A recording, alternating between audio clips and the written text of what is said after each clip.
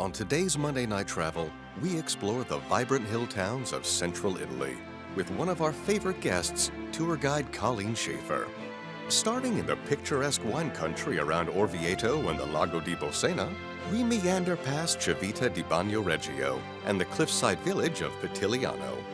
We then head a bit further north to learn about Assisi, the hometown of animal-loving St. Francis. Thanks for joining us. Good evening, everyone, and welcome to Monday Night Travel with Rick Steves Europe. I'm Lisa Friend, and I'm delighted to be your host this evening as we welcome back one of our favorite guests, Colleen Schaffer. Now, please join me in welcoming Italian tour guide, researcher, and friend, Colleen Schaffer. Colleen, welcome back to the show. Lisa, nice to see you again. Nice to see you too. Thank you. So is this your second or third time on the show? It's the second time. Well, we'll schedule the third one immediately. Very nice. So we have both guided in Umbria, this region in between Tuscany and Lazio, where Rome is, and we've both vacationed there. Are we going to hit on those things tonight? Oh, absolutely. I'm even going to bore you with some photos of my family while I was vacationing in these areas. Excellent. Let's get started. Okay, sounds great. So as Lisa said, our focus tonight is going to be on central Italy, primarily the Umbria region. And Umbria is called by locals the green heart of Italy. It's very similar in some ways to Tuscany because it has a lot of vineyards, some beautiful hill towns, some agriturismos. It is just quaint and lovely to visit. But the difference is where Tuscany is pretty famous with a lot of famous hill towns, Umbria is not as well known. So that means when you're traveling through this area, you're not going to meet as many travelers. And the people of Umbria like to brag that they're a little bit more low-key and real. So we are going to be exploring this region, and we're going to start off in the town of Orvieto. So Orvieto is a town that was actually had origins from the Etruscan time, dating back to the 9th century BC, which is, they predate the Romans even. And the settlement is on an area that was made of a volcanic ash, a rock called tufa rock. So it started with the Etruscans, the Romans took over, the Middle Ages, they had their heyday again. And when we visit Orvieto, we're going to be able to see sort of a mixture of all of this history in a town that only has a population of about 20,000 people. And not even 20,000 up on the hilltop. It's 20,000 including the surroundings. So pretty impressive for such a small hill town. And the other thing that makes Orvieto unique is that unlike most hill towns anywhere in Italy, this one is accessible by train. So it's a 1 hour easy direct train line from Rome. It's about an hour and a half from Florence. And once you arrive in Orvieto, you can take this really cool funicular, which is a fancy word for a cogwheel, that will take you up to the top of the hill town, and that is where you can really stop and explore and see your surroundings. So very accessible. We will be seeing other towns on this evening that really can only be accessed by car. But right now we're focusing on Orvieto and what we can see there. So the symbol of Orvieto is its Duomo, and Duomo is a word that the Italians use for cathedral or church. So this Duomo is the center of the city of Orvieto, and it has some pretty amazing historical background. So the town of Orvieto during the Middle Ages linked very closely with Rome.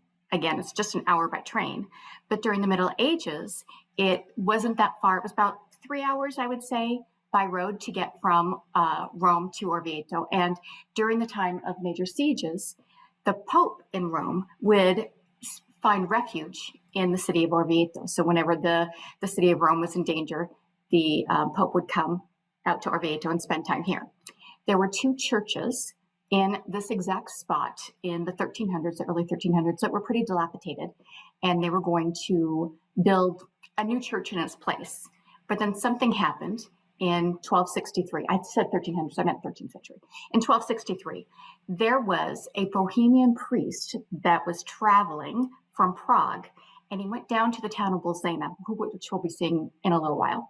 And in Bolsena, he was at church, and he was really conflicted because he was doubting the idea of the body and blood of Christ being in the Eucharistic wafer.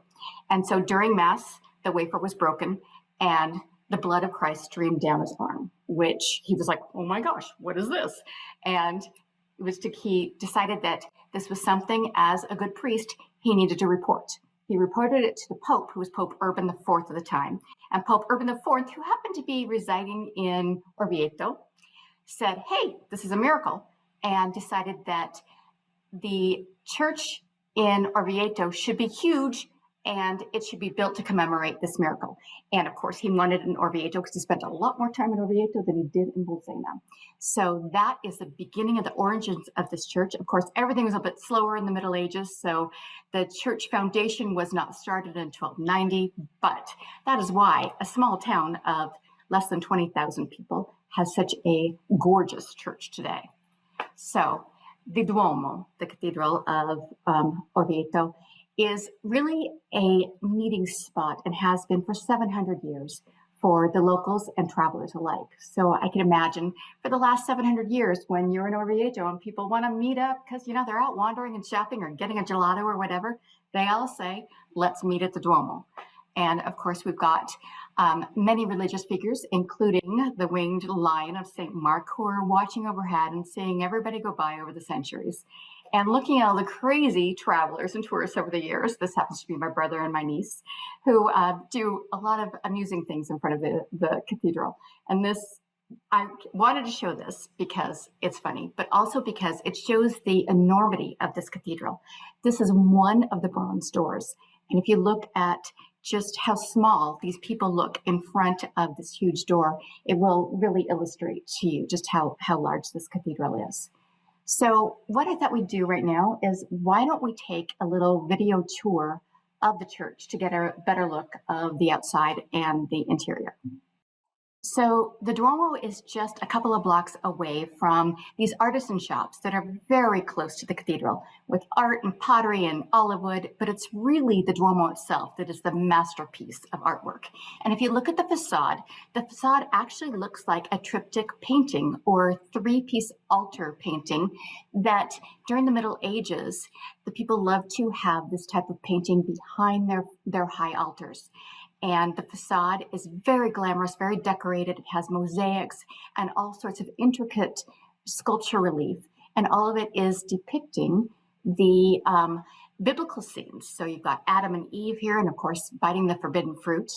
And then when you're looking at the facade, you have to remember that the medieval man during the Middle Ages, the common man, how do I stop this for a second? Pause it. Oh, just once. Okay, thanks. A little technical difficulty there. But during the Middle Ages, the medieval man could not, the average person could not read or write. So it was really important for the sculpture artists, the mosaic artisans, for the Catholic Church to create these biblical scenes so that a person could go into a church or look at the facade of a church and be able to look at a story and understand the writings of the Bible. So that's exactly what the intent was on the facade of this church. Now we're at the interior, and the interior that you can see is black and white striped. It's enormous, but it's also quite bare. That only happened in the 1800s when they decided to take out a lot of the decoration. But it is lit by these beautiful stained glass windows, and it's easy to walk around and see all of the wonderful sights in this Duomo, including the most famous of them all, which is the Chapel of San Brizio. And the Chapel of San Brizio is famous because there were two artists. There was one, Fra Angelico, and the other one, Luca Signorelli, who were commissioned to create these scenes that were supposed to commemorate the importance of this chapel. So Fra Angelico was the first, and he did the bottom layers. And Fra Angelico started his work in 1447, but he was called to Rome and had to stop. So it wasn't until 1499 that Luca Signorelli was brought in. And Luca Signorelli was actually such an influential Renaissance artist. Michelangelo actually stopped on his way from Florence to Orvieto. He stopped in this chapel and was so inspired by the work that was done by Luca Signorelli that he used a lot of this stylistic approach when he did the Last Judgment scene of the Vatican.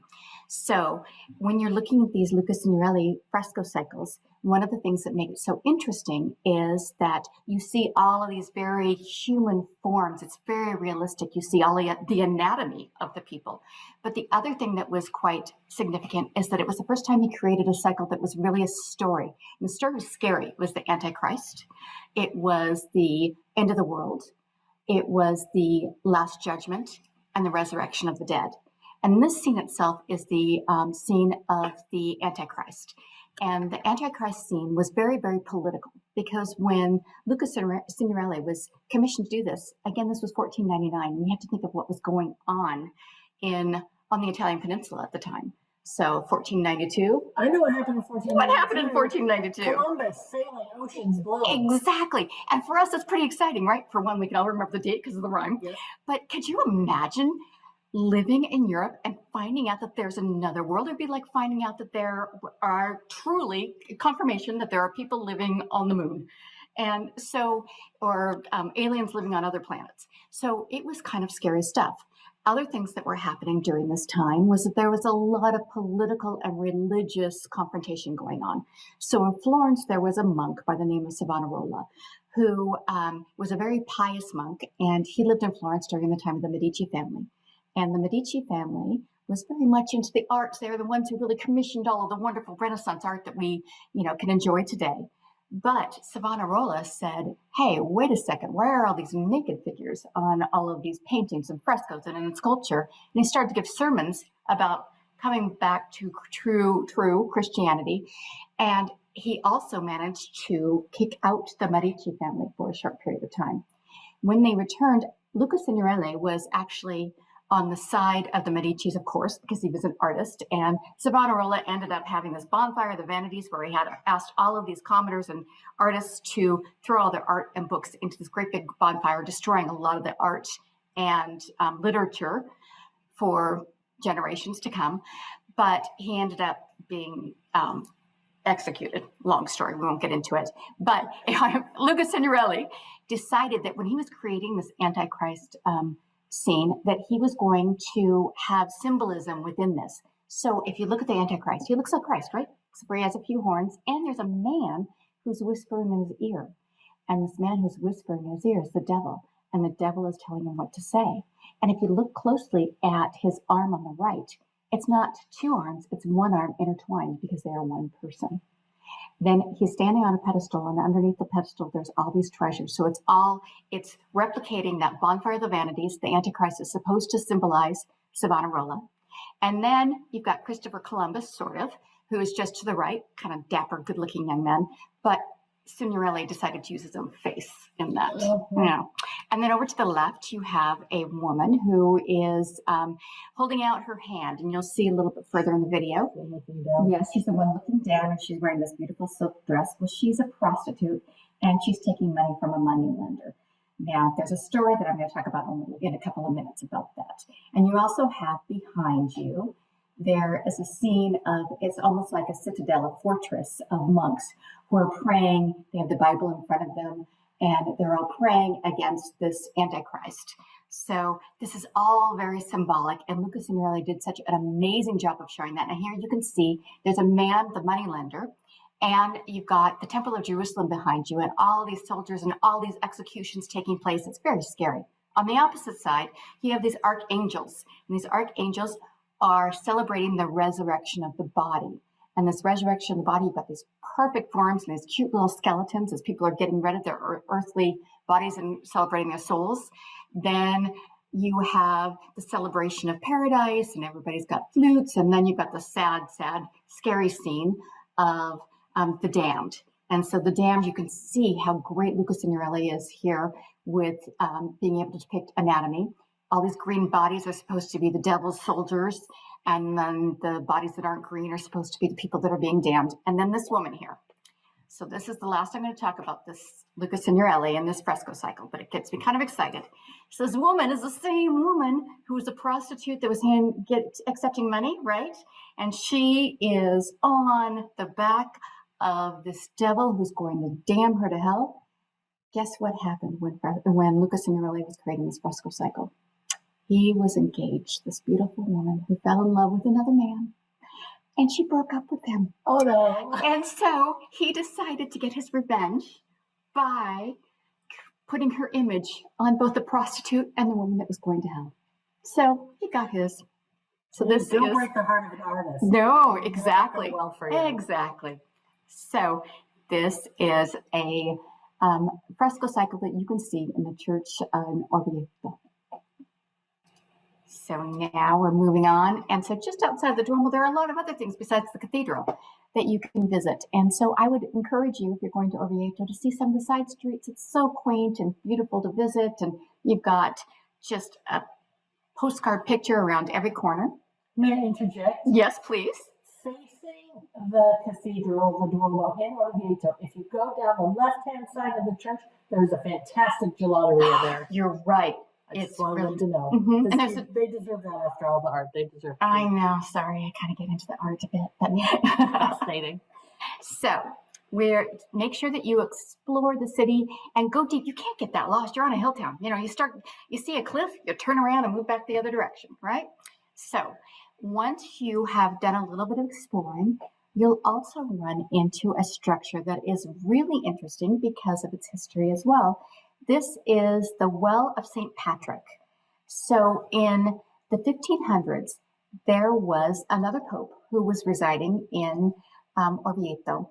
And it was in 1527, it was during the sack of Rome. And so he was concerned that Orvieto was going to be attacked, and he was worried about the water supply. So he commissioned some architects to create a well to make sure that there would be a water supply. And the structure that was used was actually an old fortress that was used in the 9th century. They went ahead and used that, and they created this well that has 177 steps going down. And it is, you go down in one direction and up in the other. So that when the donkeys, the mules, like a double helix. Exactly. So when the donkeys and the mules will go down, you're much better at architecture structures than I am. That to me, it's magic. It's all magic. So when they go down, it wouldn't get too congested, and you can still visit today, going all the way down in one direction and going up in the other. And you're also able to get some. Oops, I can't move this. Help. Okay, because it's really hard to get a donkey to back up. Yeah. You're so right. So today, great picture opportunities, and it's just on the outskirts of Orvieto. Now, in town, at the Piazza della Repubblica, there is a church called the San Andrea Church. And it is a Romanesque-style church, and on the inside it has all sorts of history because it consecrated a couple of popes, a couple of bishops, blah, blah, blah. But the other thing that's really cool about this church is that it has layers upon layers of history. So I said at the very beginning that Orvieto was first inhabited in the 9th century BC by Etruscans.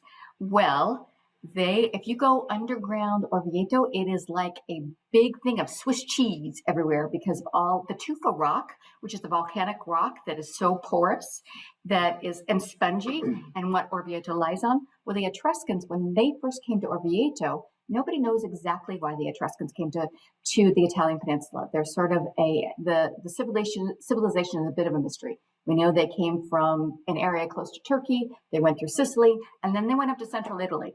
Where other people would have settled on the water, they decided to go to the hill towns. And we think it's because they were escaping enemies. But they chose these hill towns and the hill town of Orvieto as one of the 12 major city-states because it was so porous, and they could create these homes and these tombs for the dead, which apparently they were a lot like the Egyptians, where they kept their, they like to keep, for the nobility of the Etruscans, they would bury the dead with all of their treasures. But under this Church of San Andrea, you can actually see some of these artifacts. You need to have a guided tour to go in.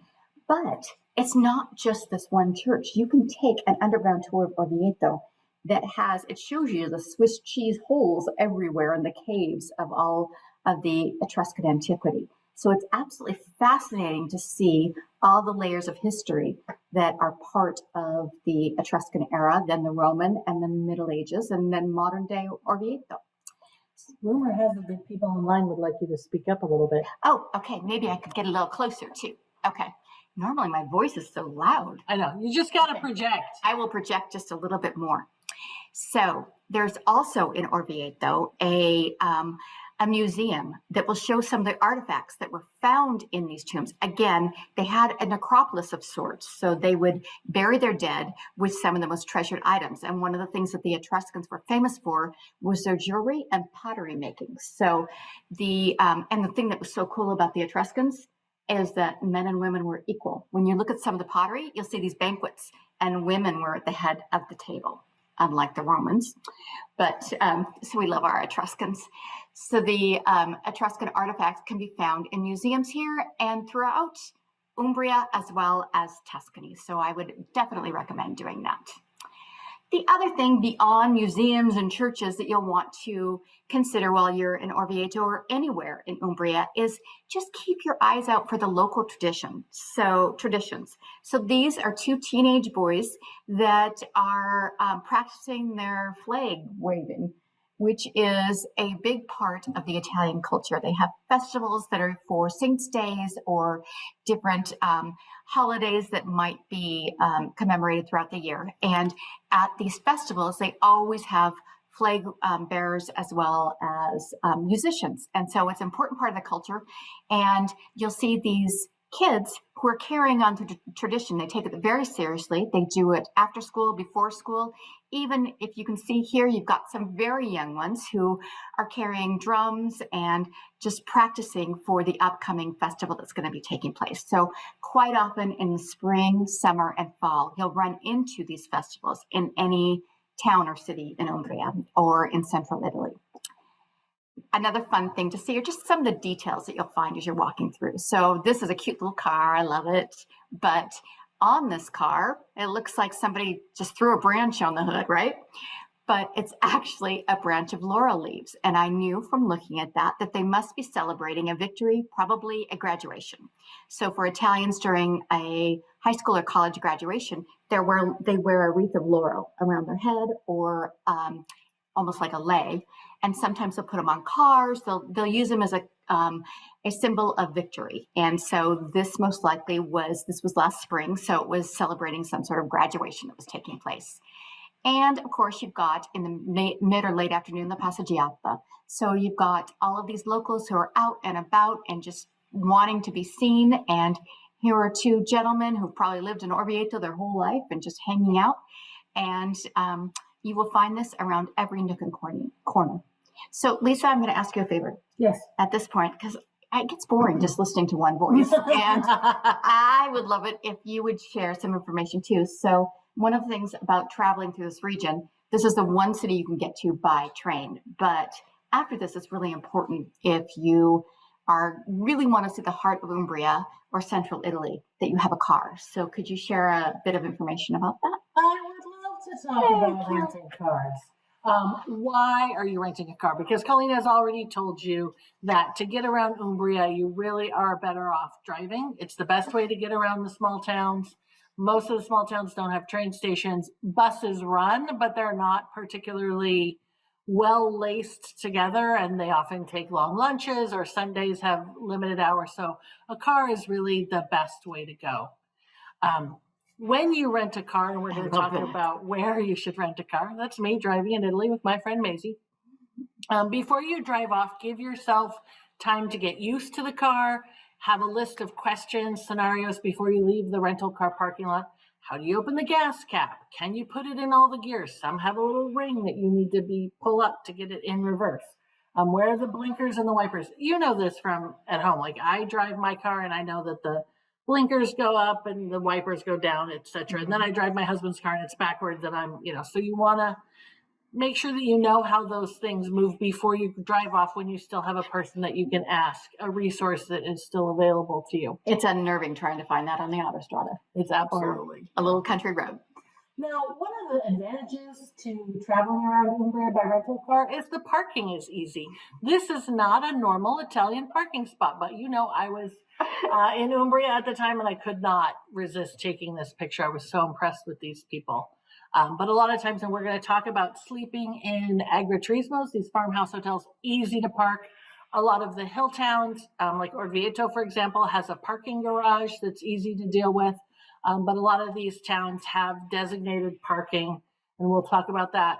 And I have to give a plug for the Rick Steves guidebook, because in all of the sections at the beginning, it says arrival in, and then it tells you where to park. And that is invaluable information.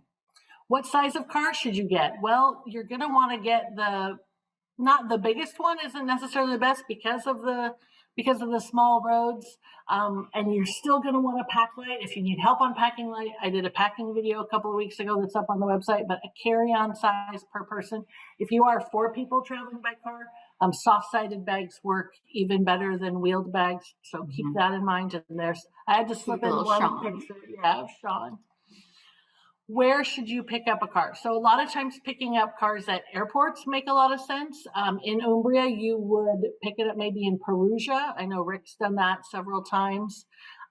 We like to rent from Auto Europe often, because Auto Europe is a US-based consolidator, and they work with Europe Car, Avis, Sixt, Hertz, the big players over there. So I like to just call them so they can do all the price comparison for me. And one of the things I wanted to mention is, besides where to pick up the car, is insurance. So I know that in the US, I have a lovely credit card, and it covers my car rental insurance for me. And it has all of these wonderful pages of fine print that I have to read.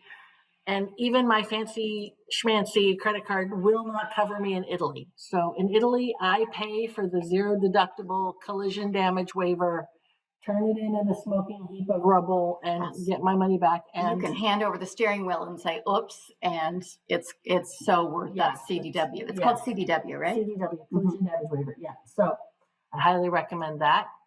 One of the places I think would be perfect for you to pick up your rental car would be in the town of Orvieto. So like Colleen mentioned, you can get to Orvieto by train from Rome, by Florence. Spend your time in Orvieto, and when you're ready to leave, you can see in this graphic I've put up that it's a 5-minute walk from the Orvieto train station to the Hertz office. So that is a fantastic place to pick up a car to start your Umbrian adventures. And you just want to make sure, though, always check the times that the car rentals are open, because I know for a fact in Orvieto, it is open Monday through Friday, half a day on Saturday, and completely closed on Sunday and holidays. But even in Rome, I picked up a car in Rome last year, and they did take a 2-hour lunch. So I had to either pick up the car before 1:30 or after 3:30. So and a lot of times they won't advertise that. So you show up at the car rental place and you're waiting for their 2-hour lunch. So so you want to check that ahead of time. Know what kind of fuel you need. If it's diesel, it'll be clearly marked, and it'll be easy to find diesel there, but you just want to know what you're doing. Sometimes in cities or bigger towns, gas stations don't look exactly like they do here. So you'll want to keep a sharp eye out for them. But if you are taking the freeway anywhere, it's pretty easy to find a gas station.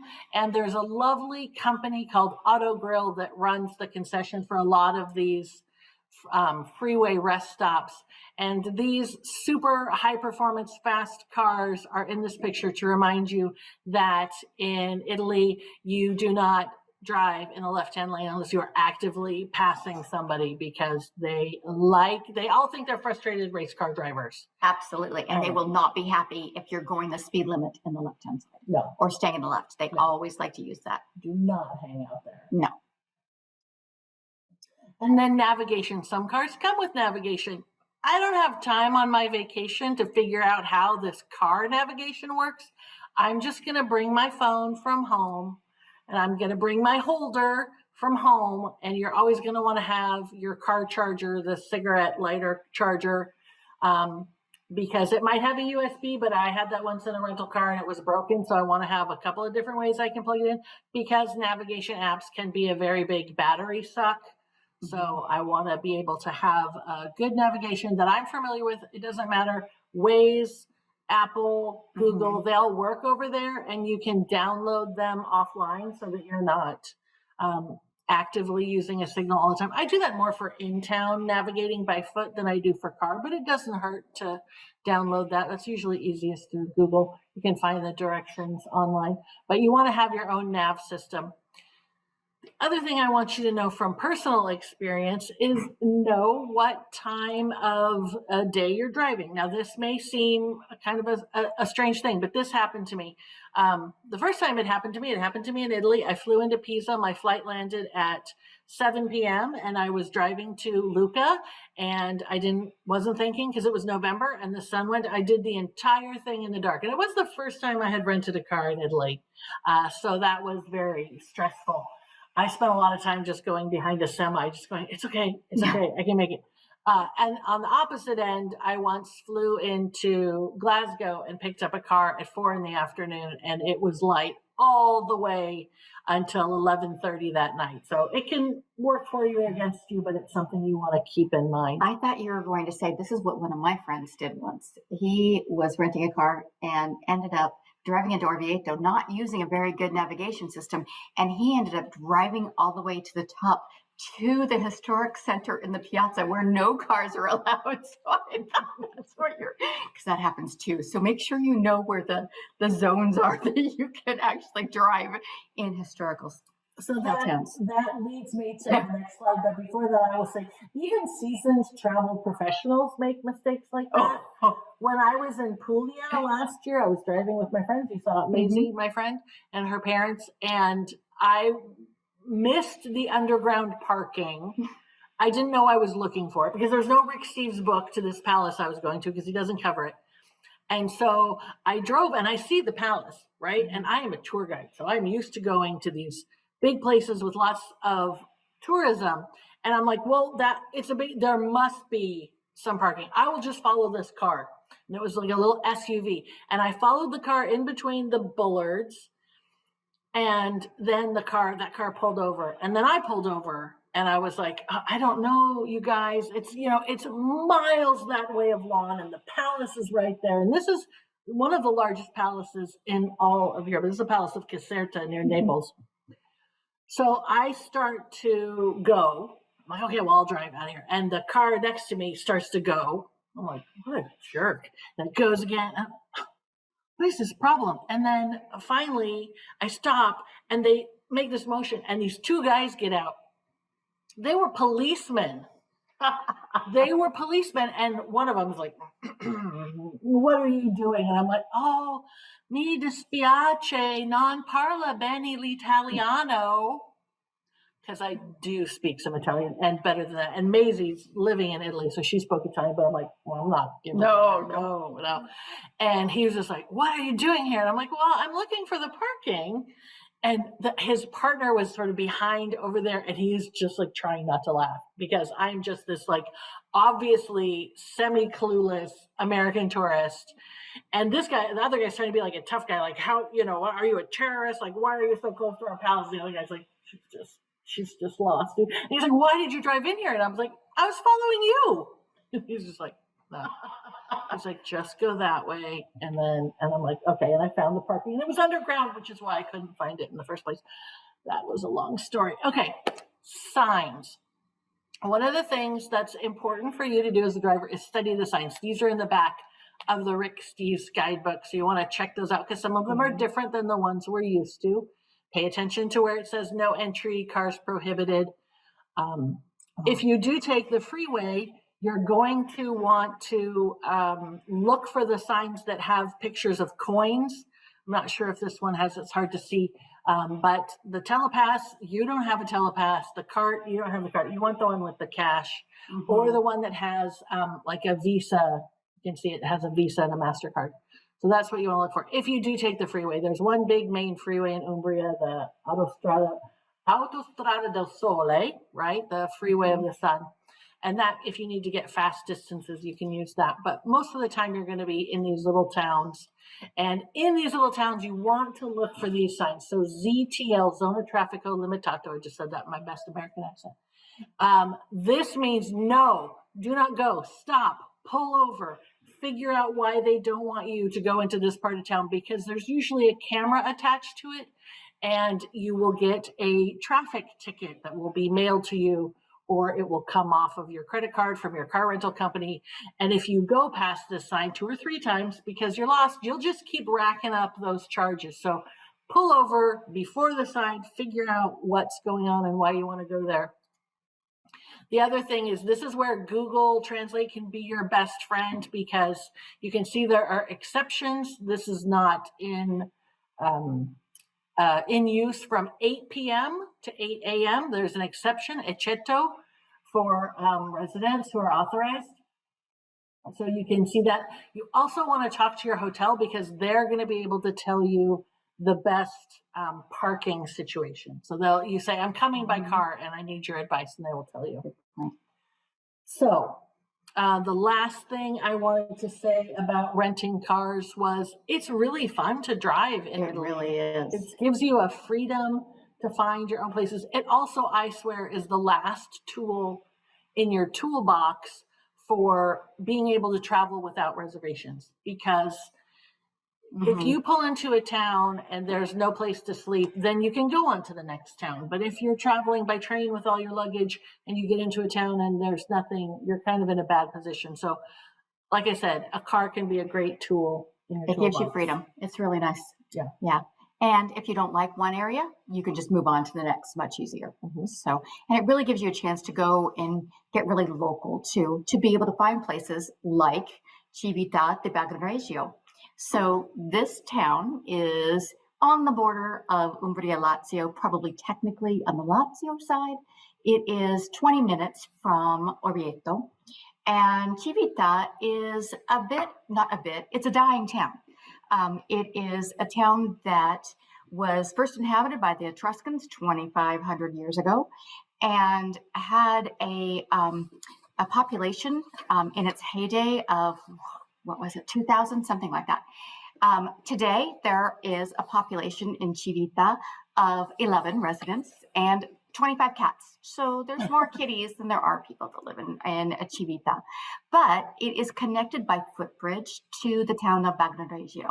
So Bagnoregio Civita is Etruscan and then medieval. Bagnoregio is Renaissance. And it is just a beautiful town to visit. You can get to Civita di Bagnoregio by bus. It only leaves a couple of times a day. It goes from Orvieto. It's very limited. So this is a place where having a car is really helpful. But regardless, you are not driving your car up that footpath. So you will need to park the car and then either walk through Bagnoregio, or there is a local bus that will take you to the footpath. And then you are walking to the town of Civita. And it is, just take your time. It's a bit steep at the end, but it is so worth the visit. This town we've been going, Rick Steves has been going here for, my goodness. Something, yeah, me too. And I still love it. It has become, it's a place that now when you go to visit, you want to, because it's become a little bit more well-known. So you want to go early in the morning or late afternoon, or stay overnight in Bagnoregio. And there are a couple of places you can stay in Civita if you want to, and this footbridge is lit and it's beautiful in the evenings. But you'll just want to be, also off-season is a perfect time to visit. They have, because it is a dying town, they have recently decided with the number of people that want to come visit that they have a €5 charge to go in. But I think that is great, because it allows them to keep up the footbridge and to keep this town alive. And so it works out nice for everybody. So when you are first arriving in Civita, you can actually see, as you're getting closer and closer up that footpath, you can see the archway. And that archway is the gate or the port to the town. And as you're entering that archway, you just have to think of the history behind it, because 2,500 years ago, the Etruscans built a similar arch. This one's more of a Renaissance arch that they've recreated, but you could see some remnants of the original Etruscan arch. But this was the archway they created. They dug out the tufa rock and created their own community, which to me is really cool and it just has such historical significance to it. So when you are visiting it now, you can go into, you leave the Porta Santa Maria, and you just walk a couple of blocks and you're right in the main piazza. In this piazza, you will find, you used to be able to find the elderly people kind of congregating in the evening. Now there's only about 11 people left, so the citizens will still congregate at times. But in the summer or in the fall, you might be lucky enough to be able to hit a outdoor concert in this piazza. Sometimes they have a theater group from Bagnoregio that will perform here. And in the winter, if you're ever here off season, they have live nativity scenes that are held in this cute little piazza, and really, really worth visiting. So just wander, meander. There's some restaurants that you can visit, and there's also olive oil that is abundant all through Umbria. But the olive oil that's particular to this region has a real great historical significance. So we want to share a short clip by Rick that shows you how you can experience the traditional olive oil and olive oil press while you're in Civita. Come, Rick, I want to show you my mill. The olive mill Maurizio's grandfather once ran is now the centerpiece of his restaurant. And he's happy to tell me how Grandpa made the olive oil. All the olive come from the valley. When they have about 200 kilograms of olive, they put here the olive, and with that donkey, they start the press for about 2 hours. A hard work. When the paste is ready, they put the paste inside this filter, and when you have about 15 or 20 filters full, you are ready for the press. And then, when the filter is ready, you can make the first press. You put the stick here and you make a hard work for about 2 hours. Right. You press and you wait. You have a good extra virgin olive oil and you're ready for a big bruschetta. A good bruschetta is simple. Bread toasted over the coals, garlic, tomatoes, salt, and oil.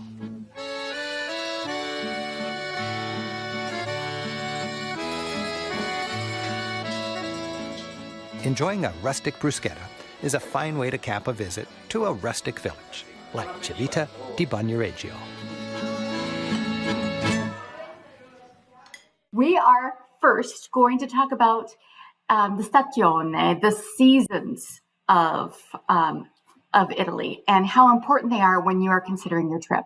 So I think a lot of times when we think about traveling to Italy, we think of the Italian peninsula as very Mediterranean, right?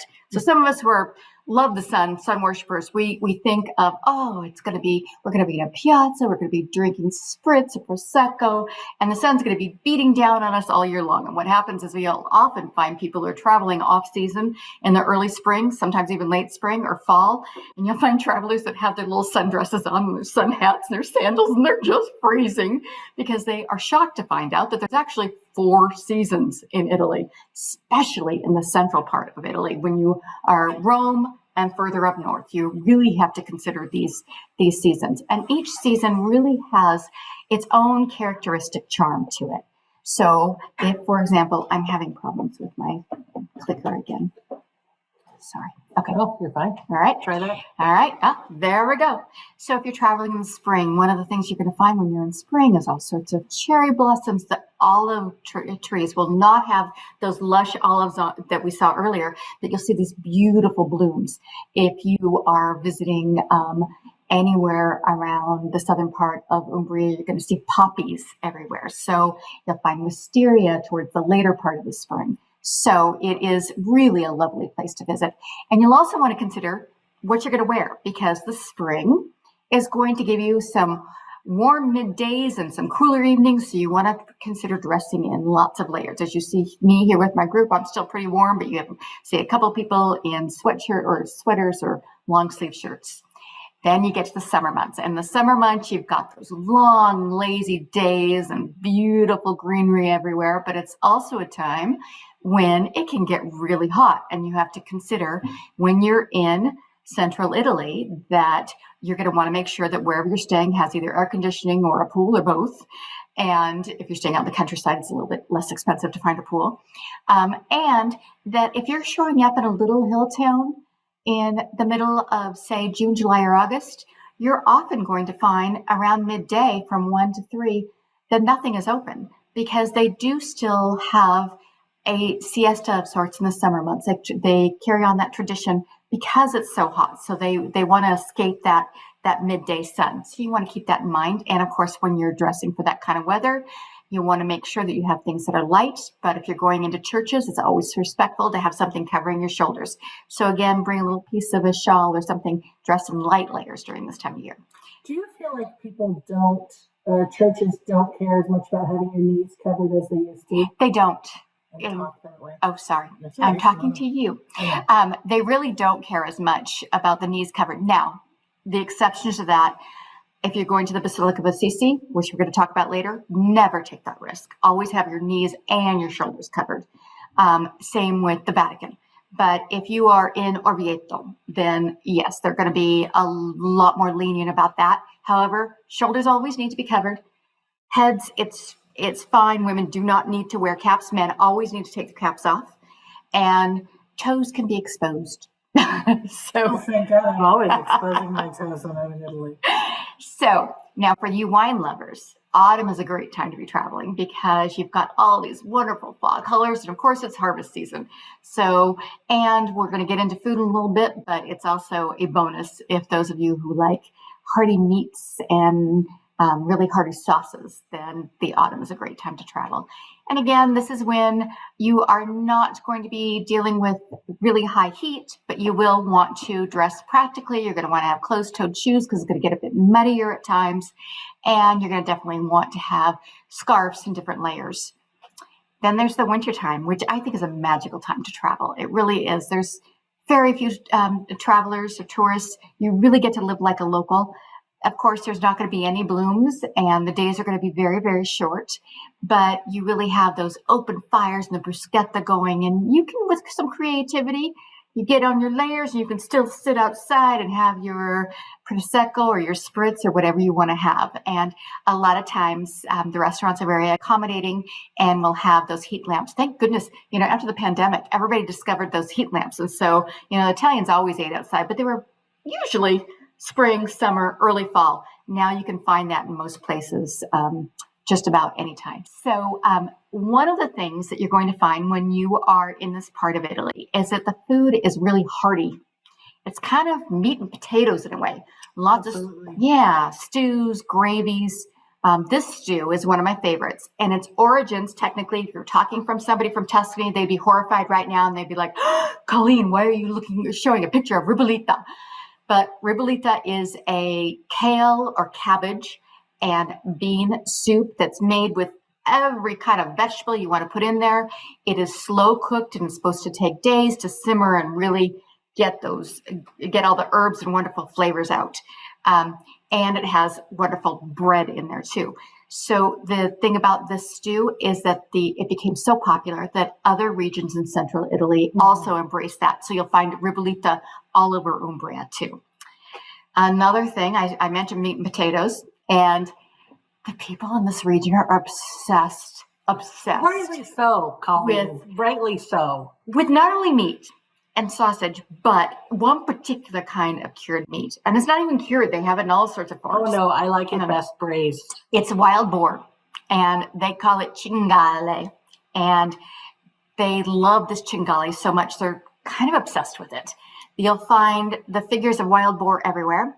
Wild boar season, hunting season, it's regional, but it's generally from late October through early January. And all of the people that hunt for the wild boar are very, very proud of it, and they'll have their trophies out on display.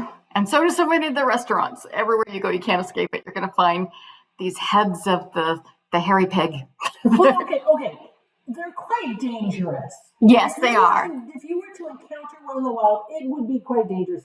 So the hunters are doing their part to keep the Umbrian countryside safe. And they're a little bit like rabbits. They populate a lot. So yes. So I mentioned already I was in southern Italy last year, and we were standing in this beautiful town of Matera. I'm going to do a show on Puglia at some point, but we were standing in Matera, which is one of the oldest cities in all of Italy, and across the ravine we heard little noises, and we literally saw 3 adult wild boar and 17 little piglets.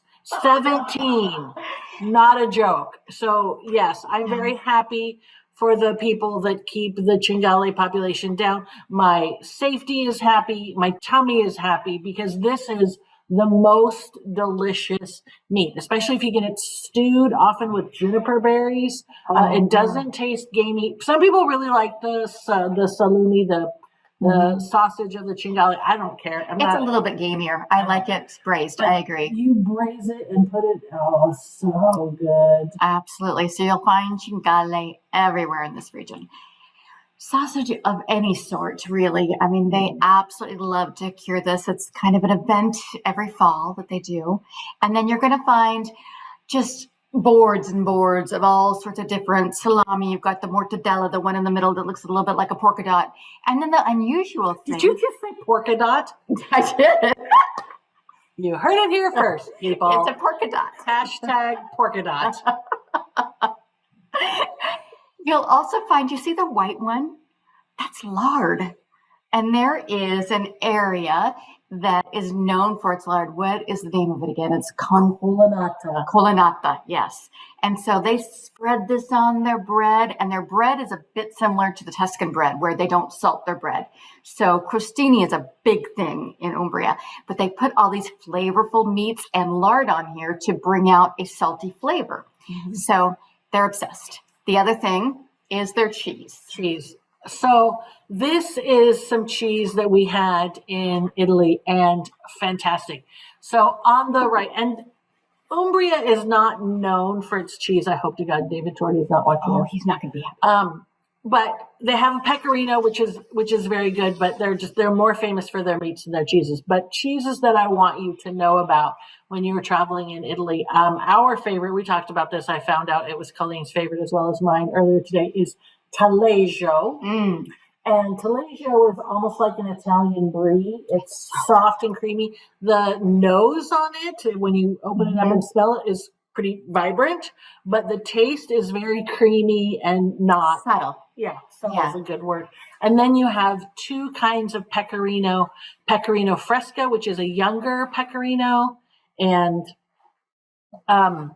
it's also a little bit more subtle. It's not so sharp. But then you have pecorino vecchia, masculine or feminine, and it is aged, and so the salt crystallizes inside, and so it has a sharp, salty but very crisp, and it's a hard cheese. And that's the one that's more common for us to find here. So I think it's fun when you're over there to try the young one, the fresca, because it is that softer cheese. But they're both good. They're both delicious. I would recommend highly. Yes.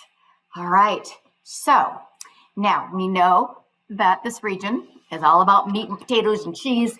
We also want to think about the seasonality of the foods, because the foods do change with each season.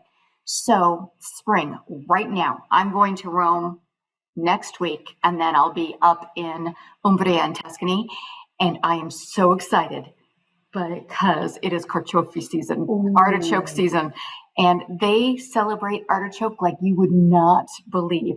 Artichoke is fried, fresh artichoke.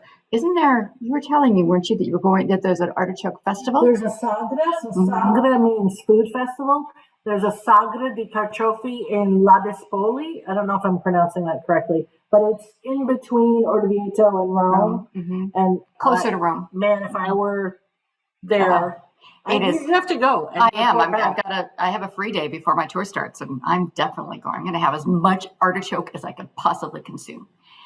And of course, the other thing that you will find in the late spring, early summer is all sorts of fava beans. And the peppers, of course, that's cheating a little bit because it's from further south. You find that in the area around Campania and Sicily, but they still use them in all their crostini and a lot of their flavors and sauces and things. Now, when you get into the summer months, this is when I could eat this with every meal. Prosciutto e melone. So it's cantaloupe. It's cantaloupe like we've never tasted before in the U.S. I'm serious. I don't know what they do their cantaloupe there, but it's so flavorful. That sweetness that's combined with the saltiness of the prosciutto, heaven. and try a little bit of wine with it. We'll talk about wine later. It's delicious.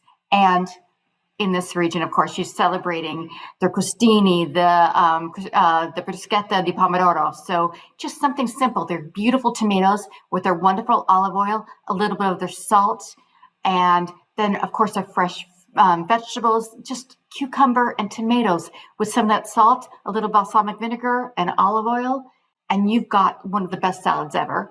And then all of our lovely cheese as well. So great way to celebrate. You can't, of course, forget your gelato, which you're going to find all over Italy.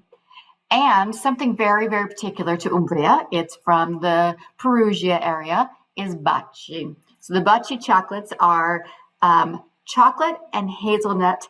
And this is a giant one. This is it's from the museum in Perugia. But it is the largest baci, largest kiss. Baci means kiss in Italian. It's the largest baci in the world. It is plastic, sadly. I'd be so excited if that thing were really made of chocolate and hazelnut. Funny story behind it, though, is that this was actually, nobody knows the actual recipe. It's kept top secret.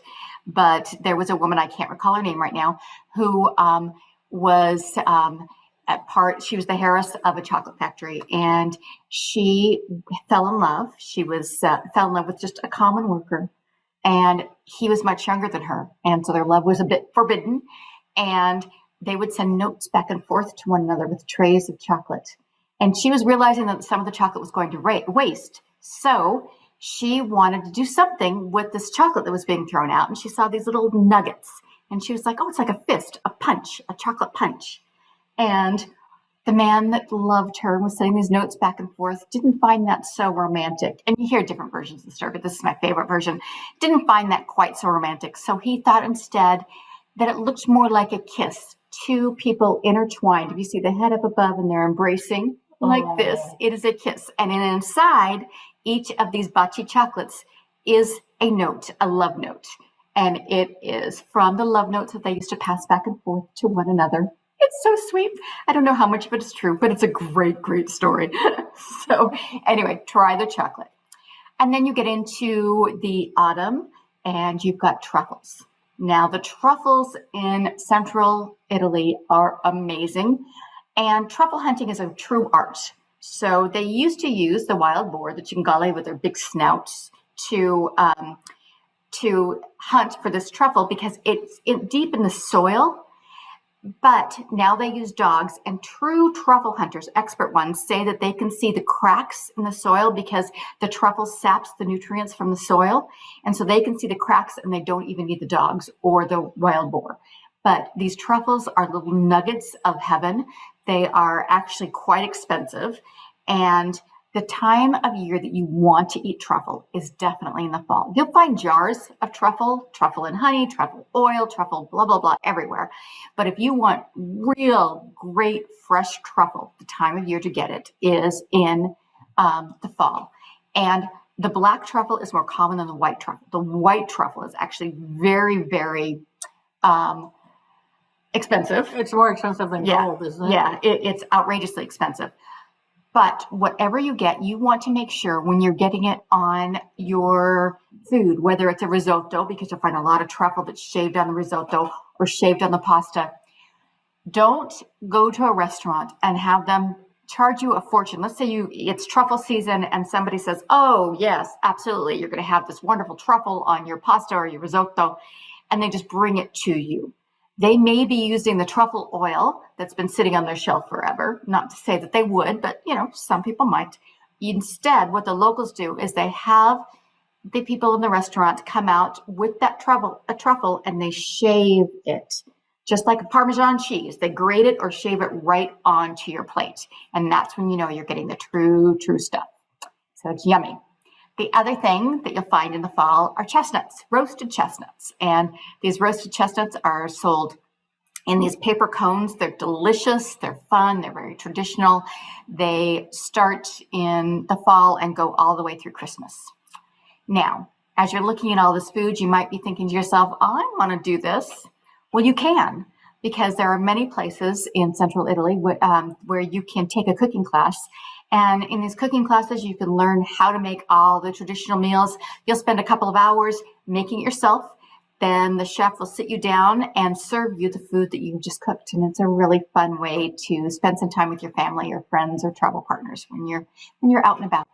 So just make sure whatever you do to embrace the cuisine. Nobody should be thinking, oh gosh, how many calories does that have?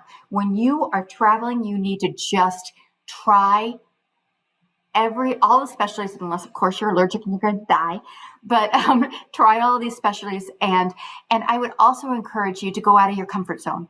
If you're thinking to yourself, I don't know if I really like strong flavors, try it, because this is local cuisine and it's part of the local experience. And Rick always suggests this. We always suggest this as tour guides, that you really should try and get out of your comfort zone and try something that you've never experienced before.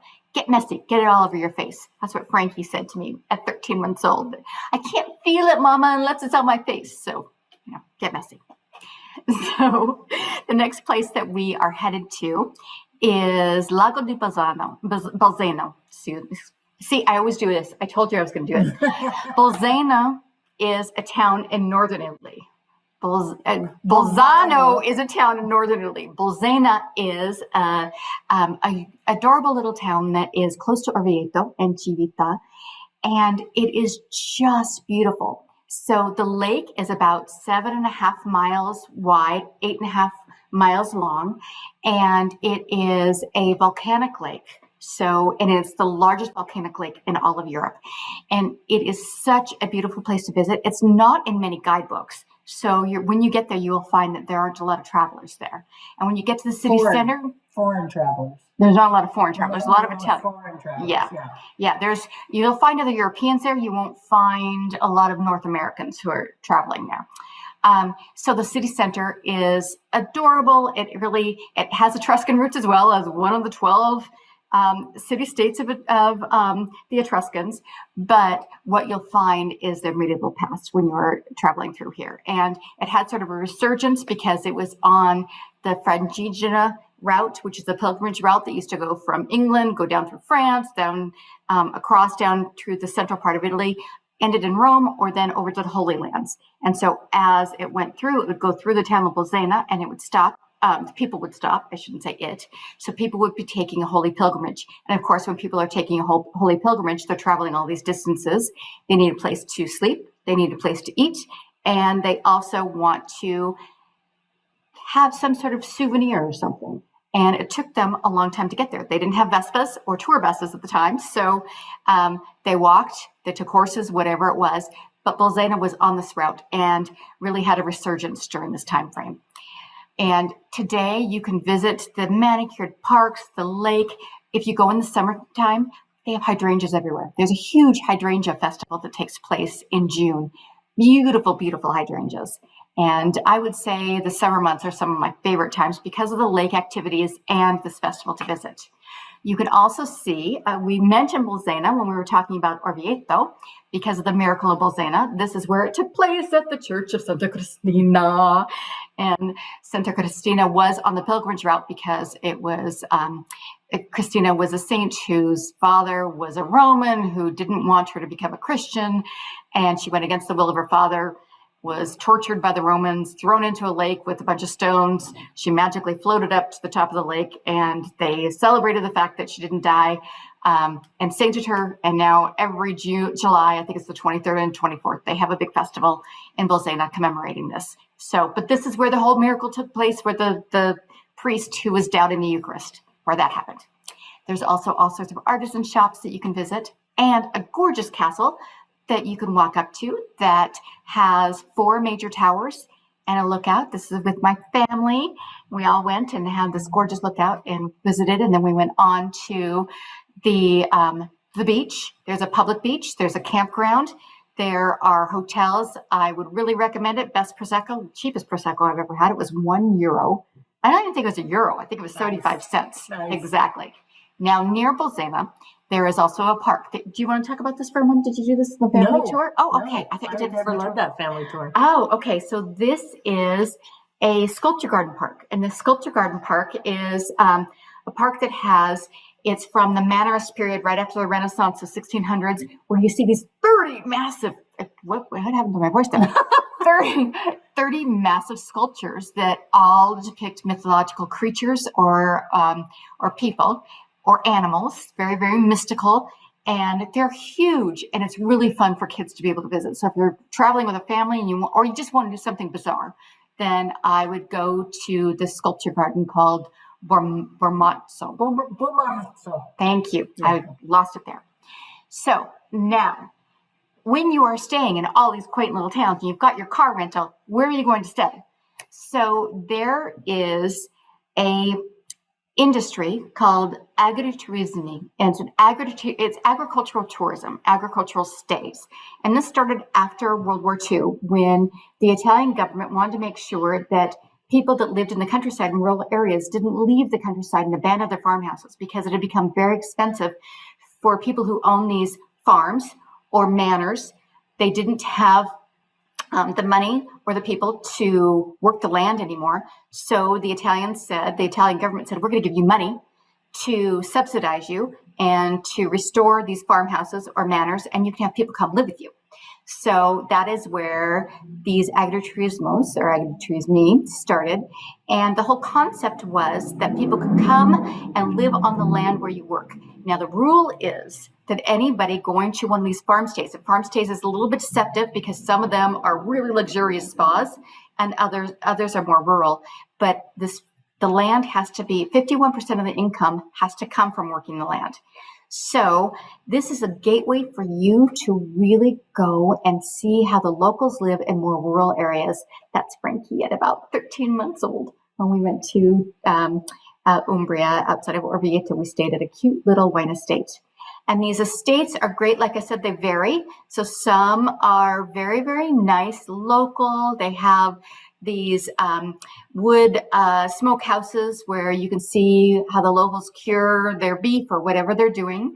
They also have these great trails for anybody who loves the outdoor life and nature, because, that's me. But they've got great trails that you can explore and get great vistas. And there's some that are more paved than others. You can go biking if you want to, but it's really worth seeing. Now, if this is more my style, honestly, or if you'd like to just sit back and relax, a lot of these little farmhouses have pools so you can sit and relax and enjoy. And if you have families and it's hot, it's a great way to spend the afternoon and get away from seeing all that culture and history and just relaxing and letting the kids just play. Now, again, how we mentioned that these are places where 51% of the income has to be a working land. A lot of them are either olive groves, sunflower fields, or wine estates. So, Lisa, can you show a little video clip on how that works? I would be happy to. The Bottai family is happy to show thirsty and prospective customers around their estate. So this is our farm that belongs to our family since 6 generations. And our feet, we have a lot of history coming from the Etruscan time. I can imagine. A good area for making wine because of the volcanic soil just in front of the view of the beautiful town of Orvieto. And if you like, I can take you to the vines to show you. I would like that. White pieces. Yes, very fertile. Yes. So this is our soil, a volcanic soil, very rich on minerals, on which our vines grow and produce our Orvieto Classico wine. So this is a little bunch that will be ripe in September. It starts now to grow and we'll pick it in 6 months. And in how many years until that is actually drunk and enjoyed as wine? We'll drink this wine in 18 months and we'll go on drinking this wine for 2 more years. So how long have people been making wine right here? People have been making wine here since the Etruscan times, 20 centuries. Well, I wonder how many times we're going to say Etruscan times. I don't know. Well, in Umbria, quite often. Do you know that the name Toscana or Tuscany derives from the Etruscans? So, but, that really made me thirsty, so I'm having a little bit of wine here. Ooh, I'm having some wine, too. Chin. Chin chin, salute. So as I was saying, there are many different varieties of agriturismo that you can choose from. Some of them are really fancy spas. Others are very, very local. And regardless of where you're staying, oops, I need some help here. Try it now. Okay, there we go. You'll find that they're charming. They're decorated like a true Italian would decorate. And what I loved, so my family decided to stay on an agriturismo when there were 17 of us. And we had so much fun because the kitchen was our own. We went out to the local grocery store and the market and the butcher, and we came back and we had our own feasts every night. And it was such a great way for all of us to gather with all the kids and just enjoy. We had outdoor barbecues. We tried all of the wonderful cheese and wines of the area. We even hired a band. So one of our colleagues, tour guides. I think a lot of them know David. Yeah, David Torti. Exactly. He's from Orvieto. And my brother had gotten married. We were celebrating his wedding. And I asked David if he would come to our agriturismo and play for us. And so his band, Bartender, played, and it was one of the best evenings.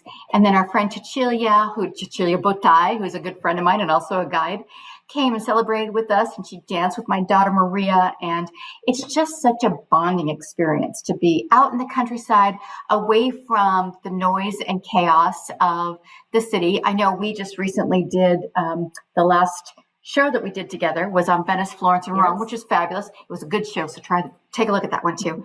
But the nice thing about being out in the countryside is it takes you away from distractions, where you really get a chance to just enjoy nature. And if you're traveling with your family, enjoy or fight with your family. So we are going to move on from our agriturismo. And Lisa, did you want to share a little bit of the next step? We have some surprise stops for you. I did. I wanted to share some information. Orvieto is wonderful. The cathedral, everything, and we love the area. But I also want people to understand that there are lesser known towns that are nearby that are going to be just as charming. One of my favorites is Pitigliano.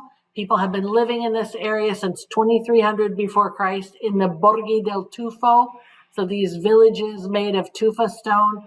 Tufa is a type of limestone which forms near bodies of water that contain high levels of calcium carbonate. So it becomes very dry. Listen to you and your geography. I know, I had a geologist on tour. Or geologist, not geography. They taught me everything. I can find it on a map too. So, of course, they also make these very easily defensible hill towns. And Pitigliano is particularly charming. It has great public spaces like this, the Piazza della Repubblica, which overlooks the valley. It's got a very interesting history as well, specifically a little neighborhood called Little Jerusalem. Towards the end of the 16th century, the town was ruled by the noble family of Orsini. And they welcomed Jewish craftsmen and business people who were being persecuted in Rome. And so they came north to Pitigliano and they settled there, and things went very, very well for them for about 50 years, when Pitigliano, as so many hill towns in this area did, they came under Medici control. And the Medici were aligned with the Papal States, and they were not welcoming to the Jewish people. So they put in segregation, and they made all the Jewish people move to a specific neighborhood, which then got the nickname Little Jerusalem. So that lasted until the end of the 1700s, when the Grand Duke of Tuscany at the time, Leopold II, got rid of these laws and desegregated the town. And so that was a very joyous day in Pitigliano. And Pitigliano still remains a very great place to visit and is considered a lesser known gem of a town. So I got so excited talking that I forgot to fast forward over my slides. So Pitigliano is not undiscovered, but it is, I would say, off the beaten path a little bit. And so you can go and visit. They have a wonderful Jewish museum, but they also just have these wonderful, just little back alleys. And it is emblematic of an Umbrian hill town, just like Todi. So we can both talk about Todi, but you can talk about Todi. You've been there more recently than I have, but Todi's another great Umbrian hill town. It is, and it's not too far from Assisi, and it's another one of those hill towns that's just very quaint. It is picturesque with views way up in the hills. And one of the things that's unique about Todi is that Todi was the home of a friar in the 13th century by the name of Giacobone di Todi. And Giacobone was a follower of St. Francis of Assisi, who we will talk about in a little while. And he was a musician and a poet. And he used to love to write all sorts of lyrics and music celebrating the life of Christ, and he also really embraced the whole idea of the celebration of poverty and how it brings you closer to God. And so when you are in Todi, you will often find these monks and friars who are out dancing and singing, and this group here, it was the flying monks. They were jumping up and down and just enjoying themselves. So you'll often find a lot of them congregating around the church and the cathedral of Todi. But it's a quaint little out-of-the-way place to visit. And close by are Spoleto and Gubbio. So there are a lot of towns to visit. Oh, I have something I want to say. So I just read this in the news, I think last week. Oh, that's right. And there is a hill town called Spoleto, and there is a hill town called Foligno. Foligno. I get it confused with Pitigliano. I'm all right. But Foligno and Spoleto, and they have just built the largest Tibetan bridge anywhere in Europe. And it looks terrifying. It's like over 500 meters long, and you have to chain yourself in. And I guess it's an Italian zip line. It looks like anyway. No, you have to walk across. I know. But what makes it Tibetan, I guess, is that it's not solid. It's a plank, an empty space. A plank, an empty space. And they say that you have to be fit to do it, and you have to not have any mental issues.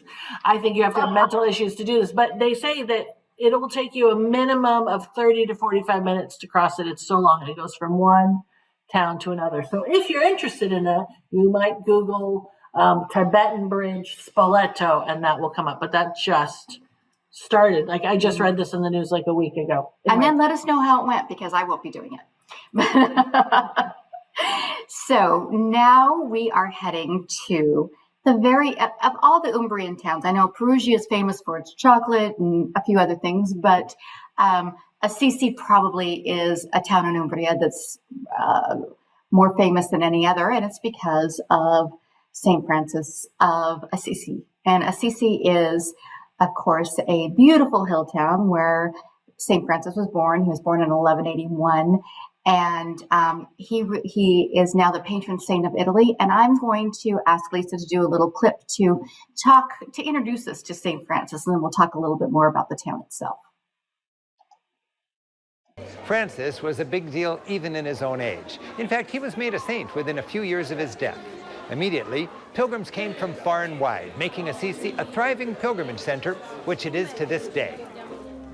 Assisi's main drag leads from the town center toward the basilica, which holds the saint's much venerated remains. This 13th century hospice gave pilgrims a place to rest. And along the way, pilgrims would stop here for a drink.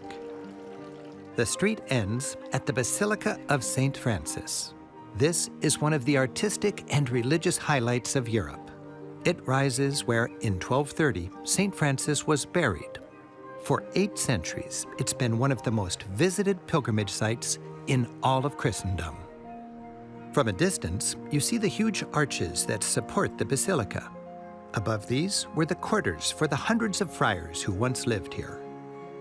The arcades that line the square approaching the church are where medieval pilgrims were housed and fed. The destination of so many pilgrims is the tomb of Francis, which lies deep beneath the basilica. Its humble elegance befits the saint who preached simplicity. The saint's remains in a stone box with iron ties are one of the most important Christian relics anywhere. Okay, so St. Francis of Assisi was born in Assisi in 1181, 1182, And he was actually born to a wealthy cloth merchant. And he was a bit of a spoiled rich boy for a while. He liked to party, played a lot. And then there was a war that was happening with Perugia, and he decided that he was going to war at the age of 19 years old. And during this war, he was captured and imprisoned, and he was left in solitude for a year. And during that time, he had a lot of time to reflect. And when he got out of prison and came back to Assisi, his friends and family were a bit shocked because he was very, very different. He'd spent all that time reflecting and praying, and he decided that he wanted to emulate a life of Christ. And so St. Francis lived a short life, but he had more impact than anybody else, I believe, on the Catholic Church. And so you will find even he was made a saint just a few years after his death, which is very unusual within Catholicism. And the basilica was started just within, he died in 1230, and just a few short years later is when the basilica began. And this upper basilica here is a great one to visit if you wanted to see, I'm not changing again. There we go. Okay. If you wanted to see a fresco cycle of his life. So Giotto started this in the later part of the 13th century, in 1299, 1300. And it is a fresco cycle that was done by him and his contemporaries that shows in chronological order Assisi's discovery, or it's St. Francis's discovery of his new religious life and how he was called to repair the church. And so this is one of my favorite little scenes of the fresco cycle, where Francis was confusing his very wealthy father, because he decided that he was going to live a very pious life and he was going to give up all of his earthly belongings. But beforehand, he had been called upon, he had heard a voice from God to say to repair his church.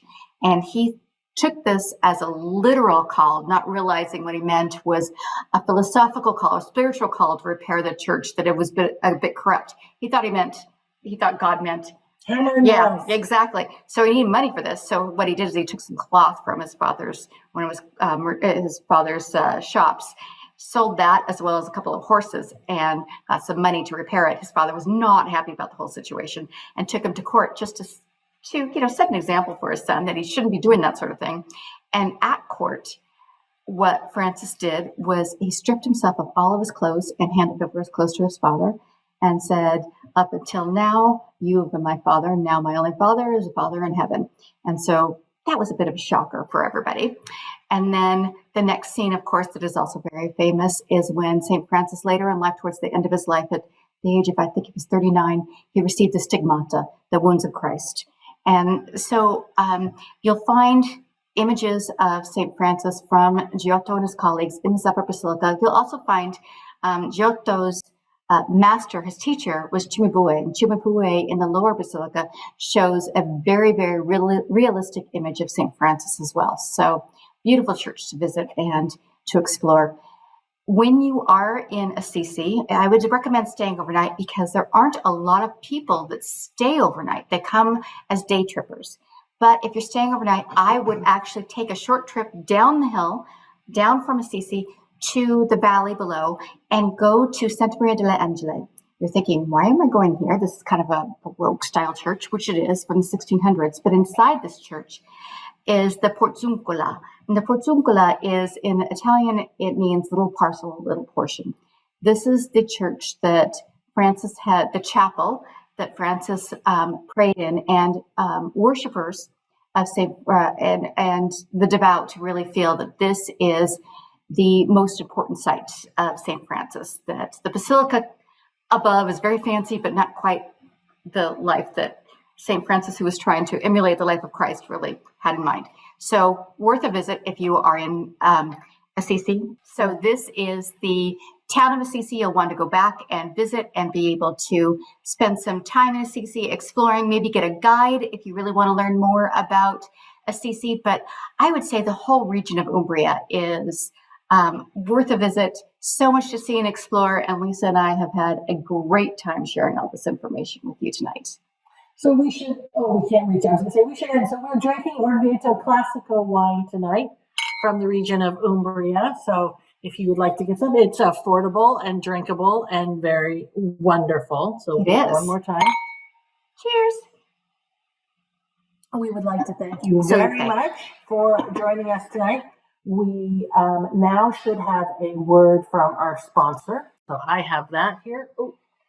So our sponsor tonight is No Foolin'. We just got in our newest bags there. I showed the Copenhagen crossbody in my packing class a few weeks ago. This is the Oslo backpack, and it is $78.99, but it is made of recycled water bottles. And it is, if it's not waterproof, it's very, very close.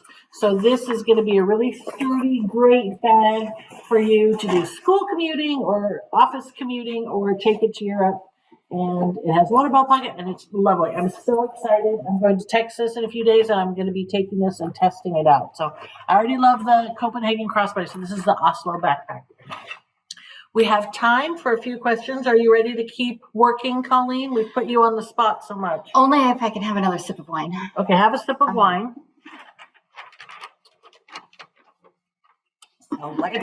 So, have you purchased ceramics in Orvieto before? Can I ship them to the USA? Asks Bethany. I bet we both have an answer for this. Absolutely. And actually, they recommend shipping them. You can get them bubble wrapped. It depends on how big your ceramics are, but shape, but they do guarantee if they come to most of the shops, if they arrive broken, then you take a picture and they'll replace them. But I have stuffed smaller little dishes bubble wrapped in my bags, but for anything larger, I would. I am thriftier than that, and I have carried home big, from Orvieto exactly, big candlesticks. Mm-hmm. And the candlesticks, I think, worked really well because they were slender and easy to bubble wrap, so they kind of fit within everything else. I also brought home a rice container that was this large and this tall, and I must have hand carried that on the plane somehow, but I was too cheap to spend the $75 to have it shipped. But this was 20 years ago, so now I would pay to ship it. Italian hill towns are declining in population, as we both know. The Italian government is trying to incentivize people to move back. How is the declining population impacting Umbria? Well, I would say it depends on which region or which town you're talking about in Umbria. So Orvieto is thriving. Part of it is the location. Mm-hmm. Civita, dying. Assisi is definitely, they're doing okay with tourism, but most of the locals no longer live up in the hill. They live down in the valley. And so it really depends on how close the access is for people to commute to work or what is available for them to do. If it's Deruta, for example, is in Umbria. And if you're a ceramic artisan, then living in Deruta is just fine. If you are, I don't know, a dentist, maybe not. So, because you wouldn't have the population base. Yeah. All right. Last question. We both know the answer to this one. Do I need to get an international driver's license? Asks Mary Rose. I'm going to see what you say, but I know what I'm going to say. I'm going to say yes. Oh, I'm going to say yes too. Yay! Because you might not need to show it when you rent your car. But if you get pulled over by the police, and I obviously have been pulled over by the police, as I told that story. I also got waved down one time it was near Viterbo. So you should see how she drives. It's not, no, this was just like a Saturday afternoon. I think it was like a drink driving thing because he had a green paddle and a red paddle and he just waved his red paddle at me and I pulled over and I rolled down my window and he's like, yeah, blah, blah, blah, blah. And I'm like, mi dispiace, non parla Italiano, which gets me out of everything. So, but I know that when I was there 2 years ago, Auto Europe was saying you have to have an international driver's license. So the police are not expected to be able to speak Italian or speak English. So you need to have an international driver's license. You can get them at AAA. They cost like $25. They're good for a year. Mm-hmm. It's just a certification that they have seen a valid U.S. driver's license. And I think a lot of people think that an international driver's license requires a test. And no, it's just paperwork and money. Colleen, I'm so happy to have had you join us. I want to speak really towards the enjoyed microphone because I know we had some sound issues tonight. So I want to thank you for coming and being on the show with us again. I hope you will join us again another time. I hope you will join us again next week because we're going to go to Budapest and talk with the wonderful Andrea Mackey. And so please sign up for that and we will see you next week. Ciao, buonanotte.